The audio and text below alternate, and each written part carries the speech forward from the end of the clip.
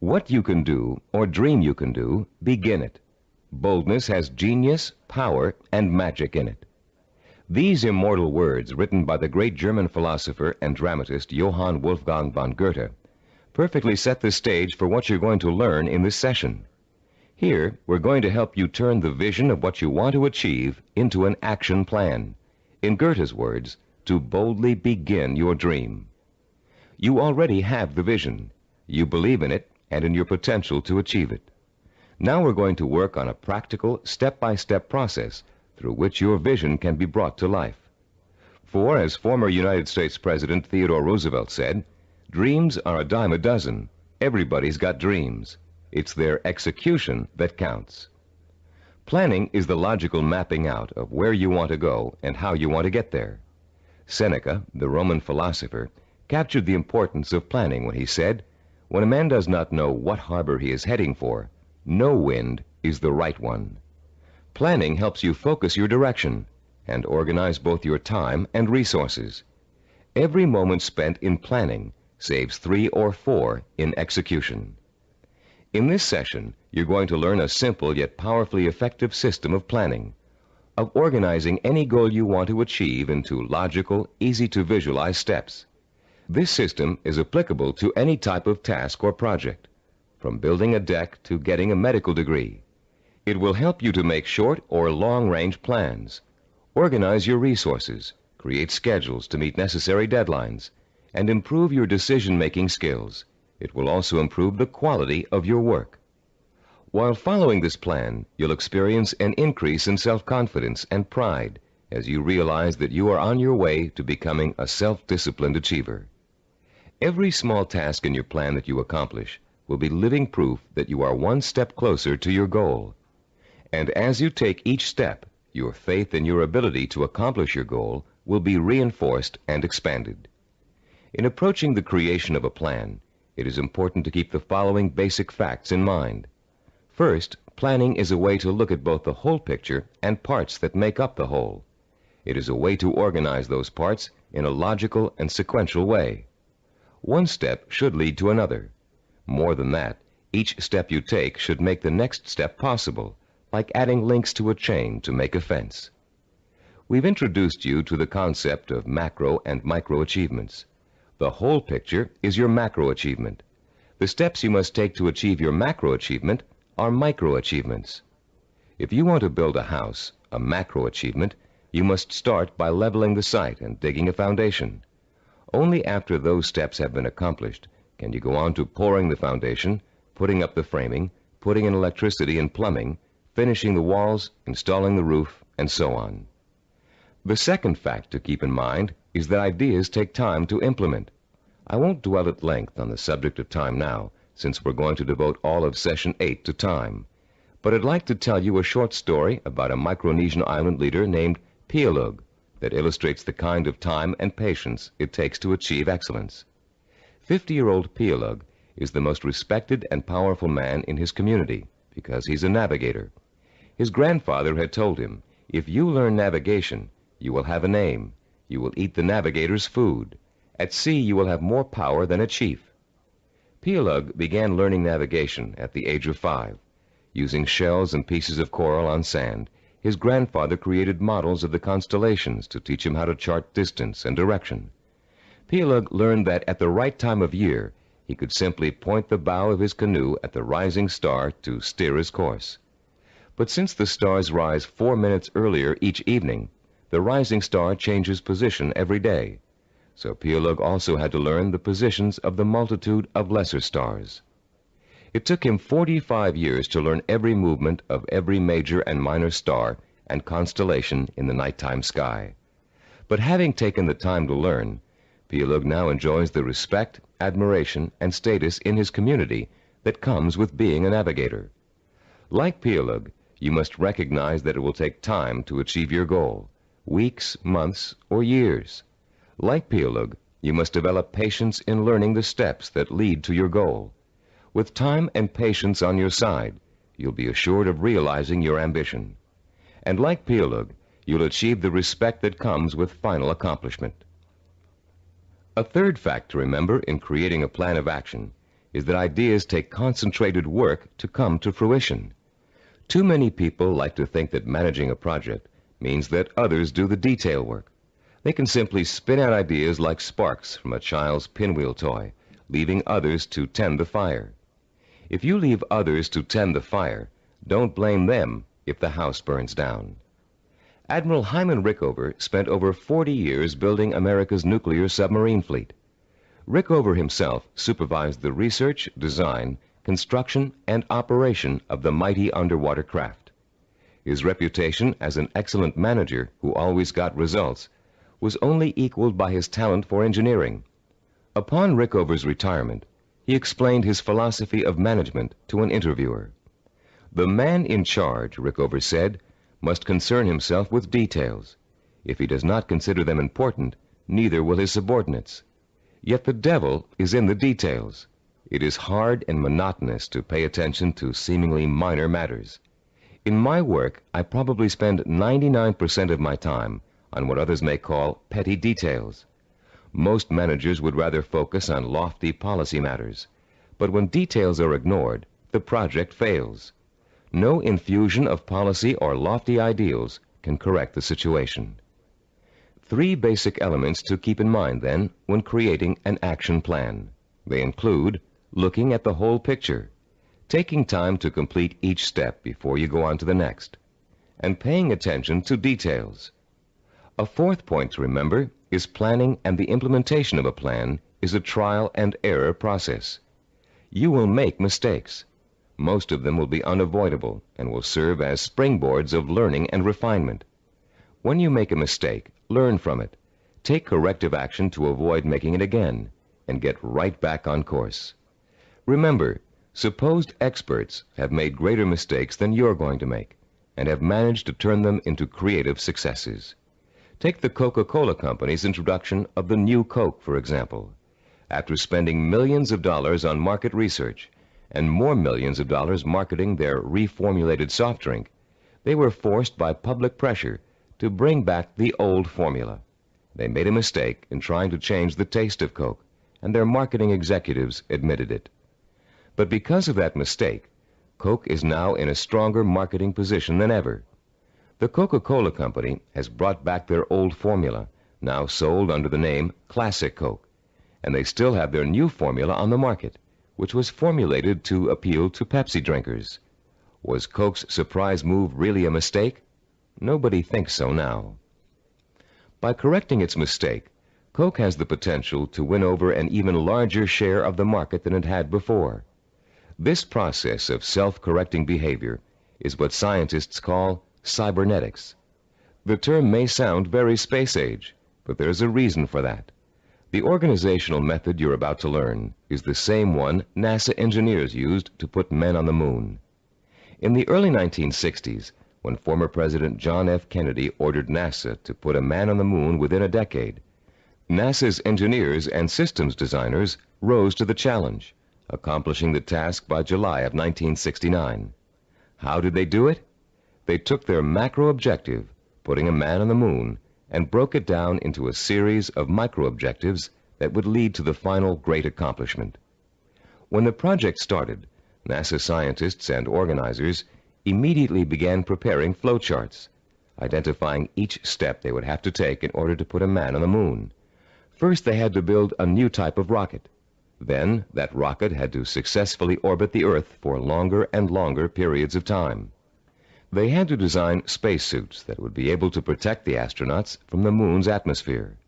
Each step got them closer and closer to achieving their objective, until that historic day when they got the job done.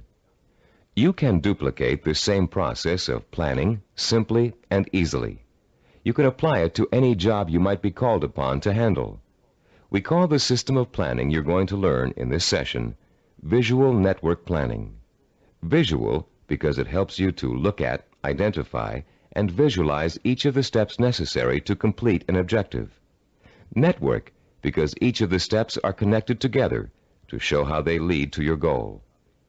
The instructions and examples that follow will show you how you can quickly and easily put the visual network planning system into immediate operation.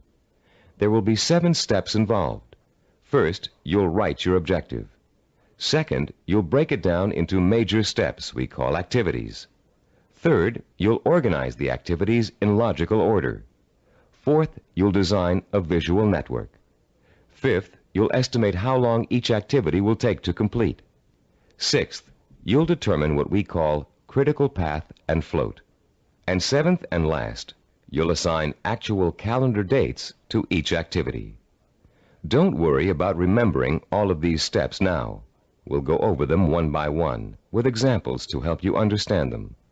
For now, as we begin our discussion of this powerful planning system, you'll need to refer to your study guide and follow along as I explain each concept. I'll pause here for a few moments while you locate the page. First, let's discuss the four basic elements of visual network planning. Look at diagram 7.1 on page 36. The first element is what we call an activity box.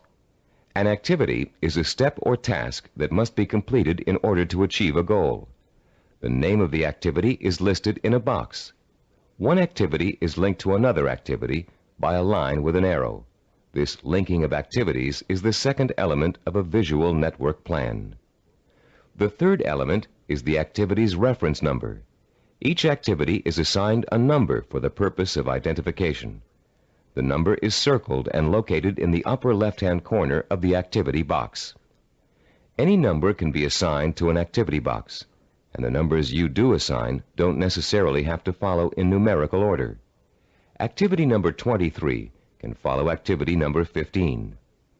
The fourth basic element of a visual network plan is what we call duration. Each activity takes a certain amount of time to complete. That amount of time is called its duration. Duration is listed at the bottom right-hand corner of the activity box. It can be represented in minutes, hours, days, weeks, months, or years. Now let's use these elements to build a simple network, a group of linked activities that lead to a goal. Refer to diagram 7.2 on page 36. This diagram assumes that you have some hard winter wheat and a wheat grinder, and you want to make some fresh, hot, whole wheat cereal. How would you develop a simple visual network plan to illustrate all of the steps you must take to end up with a bowl of piping hot cereal? Your first step would be to get a piece of paper and pencil and list your objective on the top. In this case, it would read something like, cook whole wheat cereal from scratch. Your second step would then be to break your objective down into its major steps or activities. In this case, there are two major activities involved. The first is grinding the wheat. The second is cooking the wheat. Third, you would then put the activities into their logical order. In our example, the wheat must be ground before it can be cooked. And fourth, you would construct a visual network plan in which the two steps are placed in activity boxes with reference numbers, durations, and linked arrows. We have already developed the visual network plan for this objective in diagram 7.2. As you can see, activity number 2 is grinding the wheat. Activity number 4 is cooking the wheat.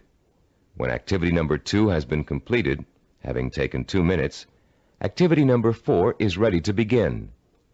Activity number 4 takes 7 minutes. Reaching your goal of making a bowl of fresh, hot, whole wheat cereal takes a total of 9 minutes.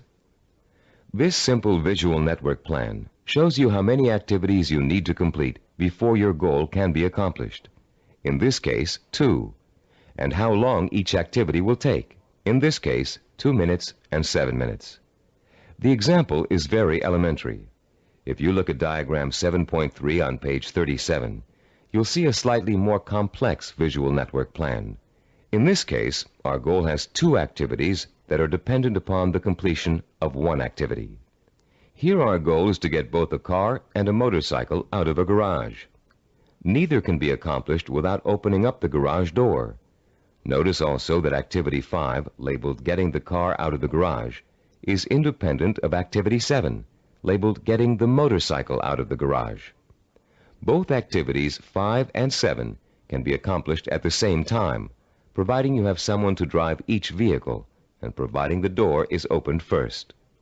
In this example, note that 5 of the 7 steps of visual network planning have been completed. 1. The objective has been written. 2. The major steps of the project have been identified. 3. The steps have been put into a logical order. 4. They have been organized into a visual network. 5. Each activity has been assigned a time estimate for completion. Now let's examine Step 6, the concepts of critical path and float. To help you follow along in our explanation, turn to page 38 of your study guide and look at diagram 7.4, titled Critical Path and Float. As you can see, we have expanded our visual network plan for cooking cereal to one for cooking and eating cereal. The new objective is to prepare and eat freshly ground whole wheat cereal in 15 minutes. Look at the visual network plan. You now have 3 separate paths that come out of Activity 3, grinding wheat. Going from the top down, the first path is made up of Activities 3, 5, and 11. The middle path is composed of Activities 3, 9, and 11. The bottom path includes Activities 3, 7, and 11. Look at the 3 paths individually and total up the amount of time each will take.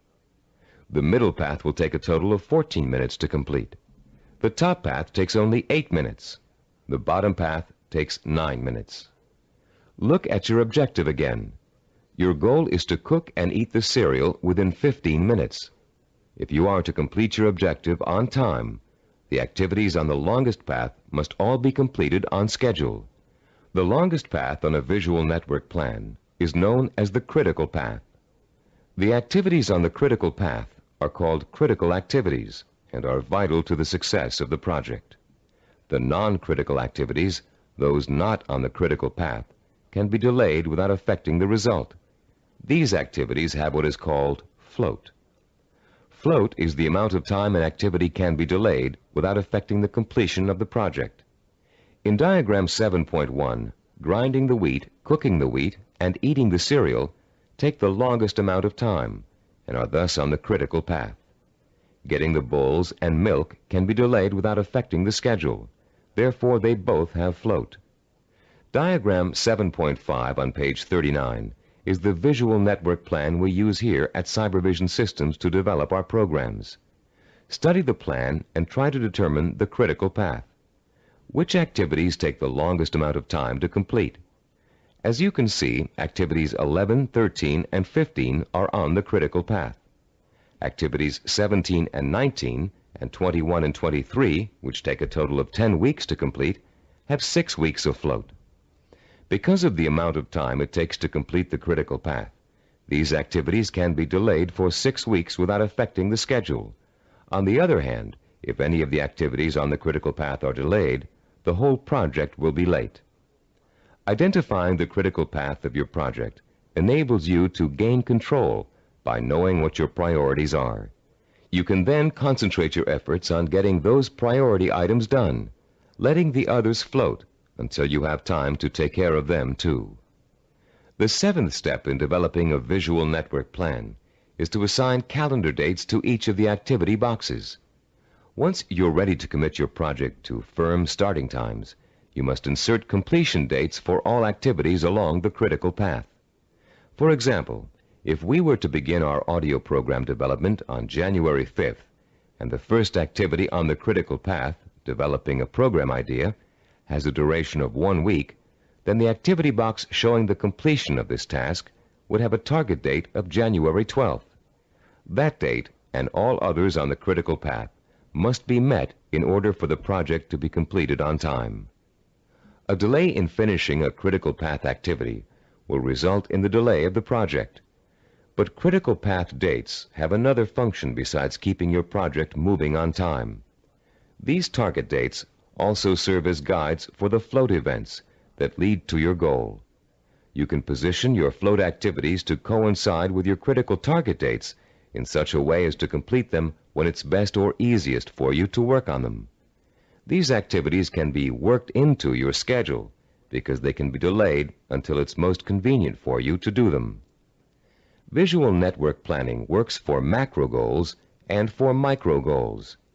You can create one visual network plan for a macro goal, such as becoming a doctor, and create another visual network plan for getting through medical school. In diagram 7.6 on page 40 of your study guide, we've outlined a simple visual network plan for someone with a macro goal, becoming a neurologist. Each of the activities listed on this plan, which takes a total of 15 years of post-high school study, can be turned into a micro-network plan of its own. Any project that has a beginning and an end will benefit from visual network planning. Before embarking on your plan for accomplishing your macro goal, we suggest you try this organizational method out on something smaller, so you can see the results in a matter of a few hours or a few days. Apply it to a project around the house that you've been putting off for weeks, pruning your trees or repainting several rooms. This will give you a chance to get used to organizing your activities in a logical and systematic way. In using this plan, you'll learn the meaning of hard work and patience. You'll find yourself tempted to skip certain steps and leap ahead to something you feel like doing right away. But when you do go off your schedule, your project won't be completed in time, and you'll begin to see how important it is to stick to dates and schedules if you want to realize any goal. Using this plan will also reward you with a sense of self-disciplined accomplishment. As you complete each task on your path to success, you can mark it off on your chart and be proud that you've done it. You'll also be able to look at your chart at various times during your project and see how far you've come. Before we go on to complete this planning session on cassette side 10, I'd like to say a final word about the planning system you've just learned. No one can be totally certain about the outcome of a string of planned events. Mistakes, unforeseen problems, and outside events over which you have no control can and will contribute to the changing of your plans. Your visual network plan is not carved in granite. It's a living, working system that must change to accommodate the changes in your life. You may underestimate the amount of time it will take you to complete an activity. You'll know better the next time. You may find that you don't need to perform a certain activity at all, giving you some breathing room in your schedule. The objective of this plan is not to give you a rigid yardstick against which to measure your success or failure. Rather, it is to give you a logical, working system for achieving your goal. In creating your visual network plan, do your best to be as accurate as possible about dates and durations of activities. But remember that things may go wrong, and you may have to change those dates. This is not an excuse to quit. It is a good reason to keep sticking to your plan, for without it, you have little chance of achieving your goal at all. Remember, to successfully realize your purpose, you must have the courage to take risks, the courage to fail, and the courage to learn from your failures. Visual network planning is a roadmap that points out your destination and suggests a way to get there. But it doesn't tell you how to take the trip. It's up to you. On the next side of this tape, you'll take the exciting step of developing your own visual network plan, and you'll write your own story of achievement in a way that brings home the power and reward of final success. Now that you've been introduced to the guidelines of effective planning, you're ready to turn your own purpose and vision into macro and micro plans. As you do, keep in mind the following suggestions. First, the instructions on how to develop a visual network plan are guidelines only, and not a rigid set of rules. Use the principles we've discussed as a guide to meet your own specific needs. Second, take the time to work at converting your goal into a visual network plan. You'll probably need to come up with a number of rough versions before you arrive at your finalized plan. Don't get frustrated. The very act of planning will force you to think logically and use your creativity. More importantly, your vision will go from the abstract to the concrete, a step most people aren't able to take or don't know how to take. In developing your personalized visual network plan, you'll find that this system will become one of the most valuable tools you'll ever use.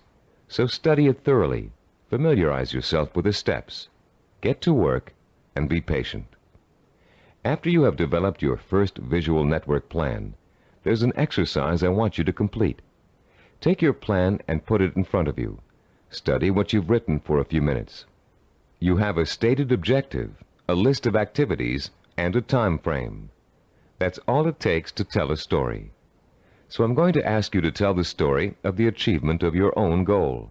Only you're going to tell the story in the past tense, as if your goal has already been achieved. In your story, pay attention to details. How long did it take to reach your goal? What did each step along the way feel like? Did you have to reevaluate your goal in the process of achieving it? What did you discover about yourself along the way that led to the successful achievement of your ambition? Keep your story simple. Pretend you're talking to a friend. Be enthusiastic. Be proud. Give your friend a step-by-step description of just how you did it. First I did this, then I did that, and this happened along the way, so here's how I took care of it, and so on. Now you're going to tell your story on tape to describe your success in sensory-rich detail, with all the enthusiasm you can muster, as if it finally really happened. When you're done, you'll have a record of your success that you can refer to again and again for inspiration.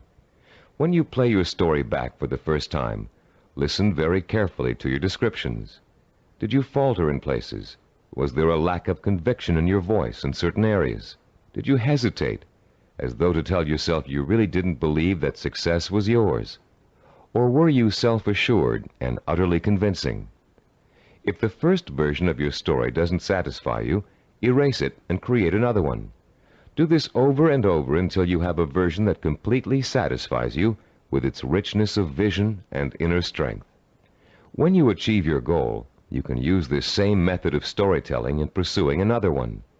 Always make sure that your story rings true and offers real inspiration to you when you hear it. Remember, don't be afraid to brag and relive the success you've already accomplished in your imagination.